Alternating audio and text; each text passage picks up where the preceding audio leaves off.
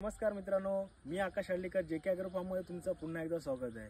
आपण बरेच दिवसापासून व्हिडिओ बनवण्याचा प्रयत्न करत होतो, पण काही अडचणी आल्या कारणामुळे आपल्याला व्हिडिओ बनवता आला नाही।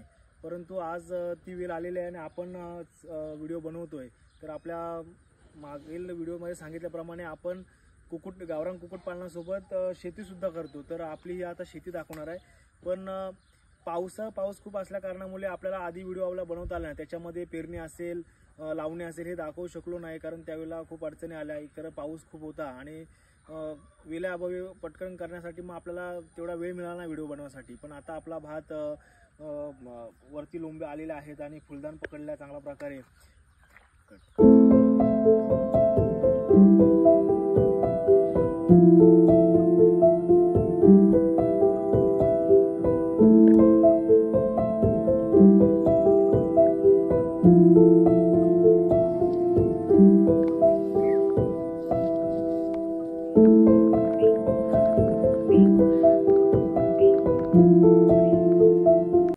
तुम्ही आता हा शेतीचा परिसर आपला बघितला असेल, त्याच्यामध्ये आपण जो हा बियाणा आहे तो कोलम आहे, सुरेखा कोलम आमच्याकडे हा भाताला बोलतात। आणि चांगला छोटा साईजनं असतो, पण चांगल्या प्रकारे येतो।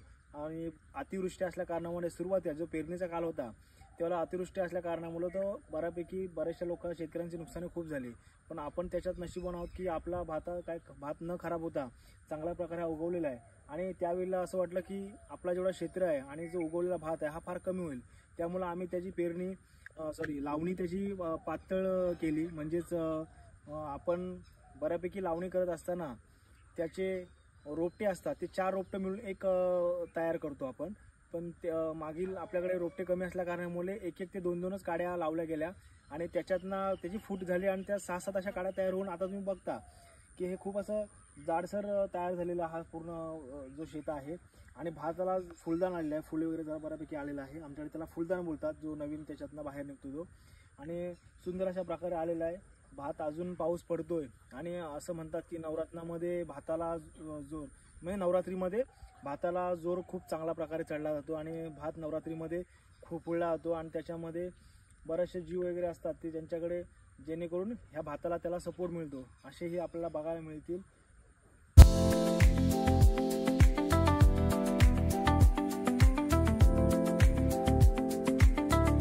तर मित्रांनो, लवकरच देवाची घटस्थापना होणार आहे, त्यावेळेला आमच्या कुलदेवतेला वगैरे घटस्थापनेच्या वेळी घटाच्या खाली जो भात लागतो ते आपल्या शेतातला आपण भात वापरला जातो। म्हणजे गेल्या वर्षीचा भात ठेवतो आपण आणि ह्या वर्षी वापरतो। आणि लवकरच दसरा आपल्याकडे येणार आहे, दसऱ्याला आपल्या दारासमोर जे सुशोभीकरण केलं जातं, ज्याचं तोरण बांधलं जातं, ते भात असेल, वरी असेल, आमच्याकडची नाचणी असेल, अशा गोष्टींचा आपण वापर करून सुशोभीकरण करतो, जेणेकरून अन्य जीव असतात म्हणजे चिमणी असेल, कावळे असेल, ते त्यातले दाणे खाऊ शकतात। कारण जो आपला निसर्ग आपण जपला पाहिजे, म्हणून आपण पारंपरिक शेती करतो।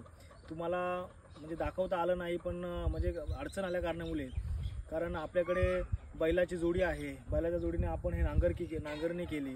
त्यानंतर बैलाच्या शेण असतील, गायींचं शेण असेल, शेणामधून आपण जे रासायनिक खत घेता आपल्या घरामध्ये जे शेणखत आहे ते वापरलं आणि त्याच्यातून आपला हा आजचा जो भात हा चांगल्या प्रकारे फुललेला आहे। तर मित्रांनो, जेवढं जमेल तेवढ्या शक्य होईल त्याप्रमाणे तुम्ही गोपालन करा, गाई म्हशींचं पालन करा आणि त्या खतांचा वापर करून, रासायनिक खत वापरू नका, म्हणजे फार कमी करा जमल्यास, असे माझी विनंती आहे तुम्हाला।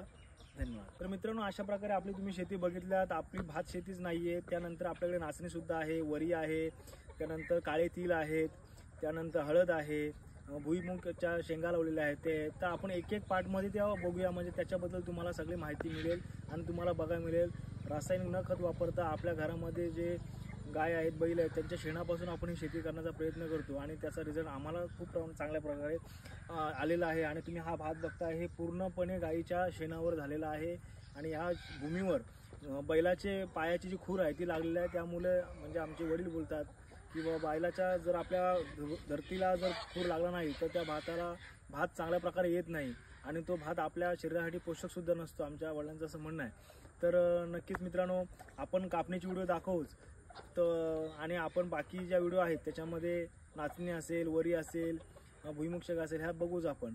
पण पुरताच धन्यवाद। आणि तुम्हाला सगळ्यांना व्हिडिओ आवडला असेल तर लाईक करा, शेअर करा, सबस्क्राईब करा। धन्यवाद.